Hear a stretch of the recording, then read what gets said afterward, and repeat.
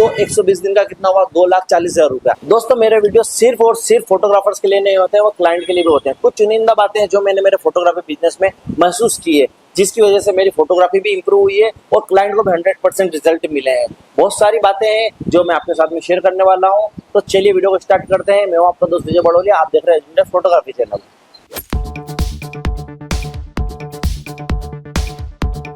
सभी फोटोग्राफर से मैं कहना चाहूंगा कि आप कोई भी इवेंट कर रहे हैं, कोई सा भी शूट करने के लिए जा रहे हैं, तो आप 15 से 20 मिनट पहले इवेंट में पहुंच जाइए। हालांकि फोटोग्राफर टाइम से ही पहुंचता है, लेकिन फोटोग्राफर भी जानता है कि मैं लेट हुआ तो फंक्शन मिस हो जाएगा और क्लाइंट के सामने मुझे जो है शर्मिंदा होना पड़ेगा कि मैं टाइम से नहीं पहुंचा। तो आपको 15-20 मिनट पहले पहुंच जाना चाहिए। साथ ही में आपको आपके क्लाइंट से मिल लेना चाहिए। और एक क्लाइंट के लिए मैं बात यह कहूंगा कि क्लाइंट को फोटोग्राफर से मिलते ही पूछ लेना चाहिए, भैया चाय पानी नाश्ता लिया आपने?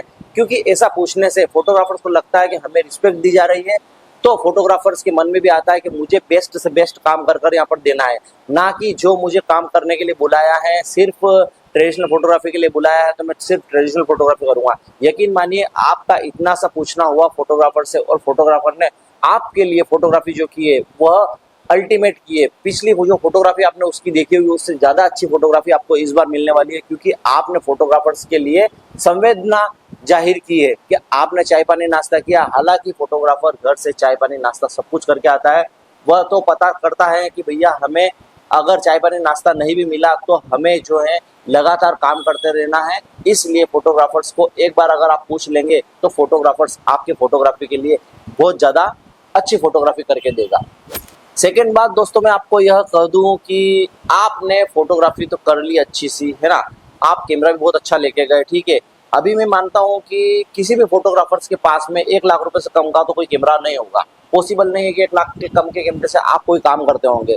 लेकिन साथ ही साथ में मैं कहूँगा कि आप एसेसरीज पे ध्यान नहीं देते। मैंने कई बार नोटिस किया है, 70-80% फोटोग्राफर्स को नोटिस किया है, सिर्फ कैमरा ले लेते हैं, बैटरी ले लेते हैं, चार्जर ले लेते हैं और एक फ्लैश ले लेते हैं और काम करना चालू कर देते हैं। क्या इतना ही जरूरी है हमारी फोटोग्राफी के लिए? आपको इसके साथ में एसेसरीज जरूर लेना है। यदि आप 1 लाख का कैमरा यूज कर रहे हैं तो आपको कम से कम 25,000 की एसेसरीज कैमरे के साथ में रखना चाहिए, क्योंकि आप ये अच्छे से जानते हैं कि सिर्फ और सिर्फ कैमरा और फोटोग्राफर्स काम नहीं कर रहा है। एक एसेसरीज भी बहुत बड़ा महत्व रखती है हमारी फोटोग्राफी में, जो कि लाइटिंग वगैरह होती है, फ्लैश होती है, ऑक्टा बॉक्स होते हैं, ट्राइपॉड्स होते हैं, ऐसी बहुत सारी चीज़ें होती है। उनका कलेक्शन आपको करके रखना चाहिए, एक किट बना के रखना चाहिए। आपको नहीं पता है कि हम जब जहाँ इवेंट में जा रहे हैं वहाँ पर हमें किस तरह की सुविधा मिल रही है या फिर हमें किस तरह का क्लाउड मिल रहा है। तो आपको यह सारी एसेसरीज लेके जाना है, तभी आप फोटोग्राफी बेस्ट कर पाएंगे। आप 1 लाख का कैमरा तो ले जाते हैं लेकिन उसका पूरा फायदा नहीं उठा पाते जब तक आपके पास कंप्लीट एसेसरीज नहीं है। एक बहुत ज़्यादा इंपॉर्टेंट बात है दोस्तों, मैं अभी वीडियो बना रहा हूँ बहुत समय बाद, आपको भी पता है क्यों? क्योंकि मैं बिजी था किसी काम में, फोटोग्राफी काम में ही। वेडिंग ज़्यादा चल रहे थे, आप भी बहुत सारी वेडिंग कर रहे थे। आज मैंने वीडियो क्यों बनाया है? एक नॉर्मल सी बात, क्योंकि मैं फ्री हो चुका हूँ थोड़ा, तो मैंने आपके लिए वीडियो बनाया। यदि आप वीडियो को लाइक शेयर सब्सक्राइब करेंगे और इसमें व्यूअरशिप ज़्यादा देंगे तो मुझे भी प्रोत्साहन मिलेगा कि मैं आगे से आगे वीडियो बनाऊँ। लेकिन मैं दूसरे काम में बिजी हो गया तो मैं वीडियो नहीं बना पाया। लेकिन इस वीडियो के जरिए मैं आपसे बात करना चाहता हूं कि मैंने वीडियो इस समय बाद बनाया और अभी मैं अपने फ्री टाइम का सदुपयोग कर रहा हूं वीडियो बनाकर और आपके साथ में मेरी बातें शेयर कर रहा हूं। तो आप क्या कर रहे हैं? आप अभी अप्रैल का सीजन खत्म हो जाने के बाद मई में वेडिंग बहुत कम रहते हैं, जून में तो वेडिंग नहीं होते हैं, जुलाई में वेडिंग नहीं होते हैं, अगस्त में वेडिंग नहीं होते हैं, और हमारी वेडिंग सीजन जो चालू होती है वो नवंबर से चालू होती है, जो कि हमारी दिवाली होती है। इस बीच में हमारे 5 महीने जो होते हैं वह बिल्कुल वेस्ट जाते हैं, फ्री रहते हैं हम। तो हम क्या करते हैं? सिर्फ बैठे रहते हैं। मैं कह रहा हूँ आज से आप, अभी से आप अपडेट हो जाइए। यदि आप फोटोग्राफी कर रहे हैं तो आप सिनेमेटोग्राफर बन जाइए। यदि आप सिनेमेटोग्राफी कर रहे हैं तो आप एडिटर बन जाइए। यह क्लास मैं खुद भी देता हूँ और मैं खुद भी सिखाता हूँ मेरे स्टूडियो पर। यदि आप सोचते हैं कि मैं करते करते सीख जाऊंगा तो आपका निश्चित तौर पे 1 साल खराब हो जाएगा। मतलब कि मैं ये कहूँगा कि आपको नवंबर से लेकर अप्रैल तक कोई भी फोटोग्राफर के साथ में काम करना पड़ेगा और वह भी आपको पूरी अच्छी जानकारी नहीं देगा, क्योंकि वह भी चाहता है कि भैया यह लाइफ टाइम मेरा काम करता रहे। खुद का काम यदि इसने कर लिया तो फिर मेरा काम कौन करेगा? इसलिए मैं चाहता हूँ कि सब फोटोग्राफर अपडेट हो जाएं और अच्छे से अपडेट इस तरह ही हो पाएंगे जब हम एक स्टेप आगे बढ़ पाएंगे। यदि आप सिनेमेटोग्राफर है तो आप एडिटिंग करना सीख लीजिए। 1 महीने का कोर्स मैं देता हूँ, 1 महीने में आप कंप्लीट हो सकते हैं और अपनी प्रैक्टिस अच्छे से कर सकते हैं। तो इस तरह आप जो फ्री टाइम है उसका सदुपयोग क्यों नहीं कर रहे हैं? यह टाइम जो होता है बहुत ज़्यादा गोल्डन टाइम होता है। मैं कहता हूँ कि हमारी फोटोग्राफी जो है 12 ही महीने चल सकती है, पूरे ईयरली आप बिजी रह सकते हैं, लेकिन 100% रिजल्ट नहीं मिल पाते हैं, क्योंकि हम जो है अप्रैल के बाद मई तक हमारा काम निपटा लेते हैं, जून तक हमारा काम निपटा लेते हैं, लेकिन उसके बाद 3-4 महीने जो है हम वेस्ट कर देते हैं और हमें जो है प्रॉब्लम आती है। मैं यह बात इसलिए भी बोल रहा हूँ कि मैं ओल्ड कैमरा सेलिंग करता हूँ, तो कई फोटोग्राफर्स जो होते हैं सिर्फ और सिर्फ कैमरे बेचने के लिए आ जाते हैं मई जून में। सिर्फ भैया हमें कैमरा बेचना है, खरीदना कुछ भी नहीं, हमें बेचना है, और फिर वो खरीदने के लिए आ जाते हैं दिवाली तक। किस वजह से? वह एक तो माइनस में हमें कैमरा बेच के जाते हैं, ठीक है, उसके बाद वह फिर प्लस में हमसे कैमरा दिवाली पर खरीदने आते हैं। तो यह क्यों, यह घाटा क्यों, किस खुशी में हम ये घाटा और ये मुनाफा करते हैं? यदि आप अपडेट रहेंगे तो आपके पास जो है जो सेविंग है वो भी खत्म नहीं होगी, और आपके पास कुछ सेविंग आपको करके रखना है। क्यों करके रखना है वह मैं आपको आगे आने वाले टॉपिक में बताता हूँ, कि आप खुद को अपडेट भी कर सकें, और भी बहुत सारी बातें हैं जिसमें आप अपनी सेविंग को बहुत अच्छे से इस्तेमाल कर सकें।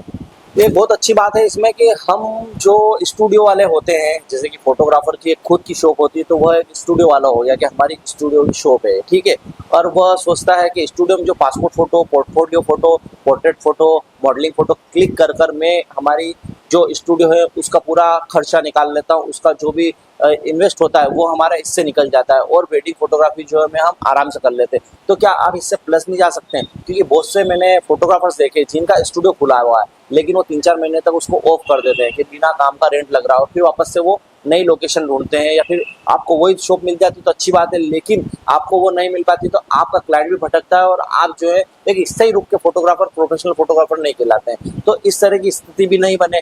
मैं बात करता हूँ एक एक्सपोजर की, जो कि सिर्फ और सिर्फ सीजन में एक्सपोजिंग करते हैं और पर डे का चार्जेस ले लेते हैं। नॉर्मली मैं आपकी बात में शेयर करता हूँ कि एक दिन का 2000 रुपये पर डे वो एक्सपोजिंग का चार्ज लेते हैं। इसमें कोई कैमरे का चार्जेस नहीं है, सिर्फ और सिर्फ काम करने का चार्ज है। तो 2000 रुपये तो नॉर्मल चीज़ है, जो आप भी समझते हैं कि कोई 1500 में भी कर देता है काम, तो कोई 2500 रुपये में भी कर देता है। 2000 रुपये हम लेकर चलते हैं, और लेकर चलते हैं 365 दिन का। क्या 365 ही दिन एक एक्सपोजिंग करने वाला एक्सपोजर पर डे के 2000 रुपये ले रहा है? 365 दिन किसी फोटोग्राफर के पास काम नहीं रहता है। मैं कहता हूँ नवंबर से लेकर अप्रैल तक की आप सीजन गिन लीजिए, कितने महीने हो रहे हैं? 6 महीने हो रहे हैं। तो 12 महीनों में से 6 महीने अगर आप माइनस करते हैं तो कितने हो रहे हैं? 365 दिन के आपके 180 दिन, 182 दिन हो रहे हैं। क्या 182 दिन आप लगातार काम कर रहे हैं नवंबर से लेकर अप्रैल तक? वो भी पॉसिबल नहीं है। तो कुछ चुनिंदा दिन होते हैं, हम उसको 180 दिन को 90 दिन भी नहीं गिनते हैं, हम 120 डेज 120 दिन गिन के चलते हैं कि 120 दिन आपने काम किया। पर डे का हुआ आपका 2000 रुपया, तो 120 दिन का कितना हुआ? 2,40,000 रुपया। क्या 2,40,000 रुपया आपका पूरे एक साल तक चल जाएगा? पॉसिबल नहीं है, बहुत ही ज़्यादा कम हो गया है। तो जबकि फोटोग्राफर्स को रात दिन एक करना पड़ रहा है। यदि फोटोग्राफर रात में फोटोग्राफी कर रहा है तो अगला डे जो है उसका खराब होता है, वह आराम करता है, या फिर नहीं भी करता है तो वो लगातार काम करता रहता है। वह भी स्थिति सिर्फ 120 दिन की होती है। तो 2,40,000 रुपये से आपका कुछ भी नहीं होने वाला है।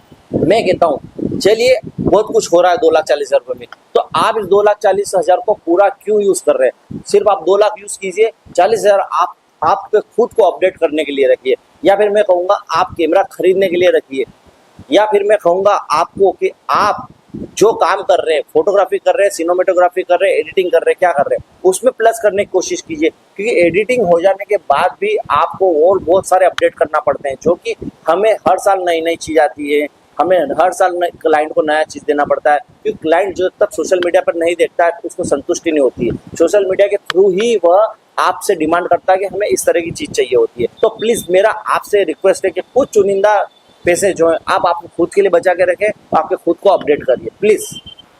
एक और बात मैं आपको ये शेयर करना चाहूँगा कि आप सोचते हैं कि माताजी पूजन में मुझे कोई ट्राइपॉड मोनोपॉड की ज़रूरत नहीं पड़ रही, मैं काम कर लूँगा, और डे लाइट का काम है तो मैं लाइटिंग सेटअप नहीं ले जाऊँ। लेकिन उसमें भी आपको ले जाना चाहिए, क्योंकि कई बार ऐसा होता है कि हमें शेड एरिया में भी काम करना पड़ता है, वहाँ हमारा जो है परफॉर्मेंस गिर जाता है। क्योंकि डे लाइट में तो हमने अच्छे से काम कर लिया, लेकिन अगर 2 मिनट की वीडियो भी अगर माताजी पूजन की कहीं शेडेड एरिया में हो रही है, या गणेश पूजन की कहीं शेड एरिया में हो रही है, तो आपको लाइटिंग की जरूरत जरूर पड़ेगी। तो वो चीज़ें ले जाना चाहिए। आप क्या सोचते हैं कि रिसेप्शन में मैं ओक्टा लाइट लगा दूंगा, फ्लैश लाइट लगा दूंगा, अम्ब्रेला लगा दूंगा तो बहुत अच्छी फोटोग्राफी हो जाती है। हालांकि 100% हम सभी जो है रिसेप्शन में तो अम्ब्रेला लाइट लगाते ही हैं, लेकिन साथ ही साथ में मैं आपको कहूँगा कि स्टिल प्रोग्राम जितने भी हैं, जैसे कि सगाई हो रहा है या फिर मामेरा हो रहा है, ऐसे बहुत से फंक्शन होते हैं जो कि स्टिल होते हैं, और एक फिक्स जगह पर होते हैं, तो वहाँ पर भी आपको अम्ब्रेला लाइट यूज़ करना चाहिए। सिर्फ पोर्टा लाइट चलाने से काम नहीं चलेगा,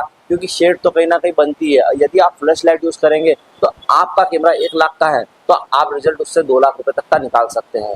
ये मेरा 100% एक्सपीरियंस है। यदि आप इसको इस्तेमाल करेंगे तो आप यकीन माने आपकी पूरी शादी की फोटोग्राफी जो है बहुत ज़्यादा बेस्ट रहेगी। इतना तो हम सभी जानते हैं कि नाइट में हम बिना फ्लैश के काम नहीं कर सकते, डे लाइट में हम बिना फ्लैश के भी काम कर रहे हैं, बट अगर डे लाइट में भी हम फ्लैश का इस्तेमाल करते हैं तो हमारी फोटोग्राफी में कितनी अच्छी शार्पनेस आती है।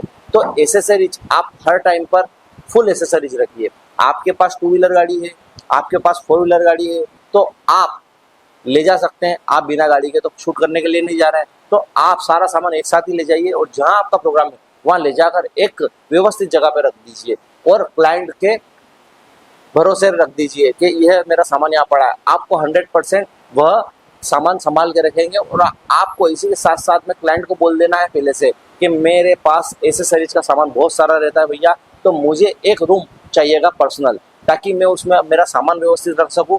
आपके पास भी शादी है, आपके पास भी बड़ा सारा इवेंट है, आपको बहुत सारी चीज़ों का ध्यान रखना पड़ता है, तो आप मेरे एसेसरीज का ध्यान नहीं रख पाएंगे। कहने की बात होती है कि भैया शादियों में चोरी नहीं होती, हो जाती है, और बहुत सारे कैमरे भी चोरी हो जाते हैं, बहुत सारे गहने तक चोरी हो जाते हैं। हालांकि वो सभी रिलेटिव ही बुलाते हैं, लेकिन फिर भी ऐसी घटनाएं हो जाती हैं। तो आपको आपके क्लाइंट के साथ में ये बात भी कर लेना है कि हमें एक रूम चाहिएगा, और हम अगर रूम ले रहे हैं तो उस रूम को क्यों ले रहे हैं, सिर्फ सोने के लिए, आराम करने के लिए नहीं ले रहे हैं।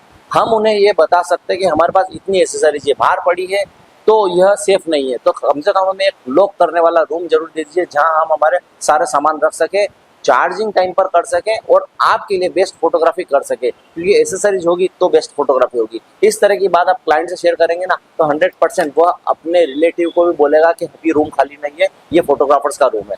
एक चीज और बहुत ज्यादा इंपॉर्टेंट है दोस्तों कि आपकी फोटोग्राफी बहुत बेस्ट है, आपका क्लाइंट भी बहुत बेस्ट है, सब कुछ मिल गया है आपको और आपका काम बहुत ज्यादा बढ़िया चल रहा है, क्योंकि आप जो है लगभग 180 दिन बुक रहते हैं और आप जो है फोटोग्राफी से बहुत संतुष्ट है। लेकिन एक चीज में आप कहीं ना कहीं बीट खा जाते हैं, ये 100% है, मैं 99% भी नहीं कहूँगा, ये 100% है।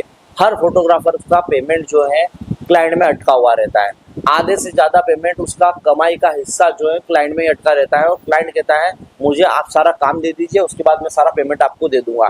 इस तरह की बहुत सारी स्टोरियाँ हर एक फोटोग्राफर के पास में है। तो आप बुकिंग करते समय क्लाइंट के साथ में बिल्कुल अच्छे तरीके से बात कर उससे आप संतुष्ट करें, क्लाइंट को भी पता चले कि आप किस तरह से उनको समझा रहे हैं, और आप बुकिंग के साथ साथ में पेमेंट मेथड भी उनको समझा दीजिए।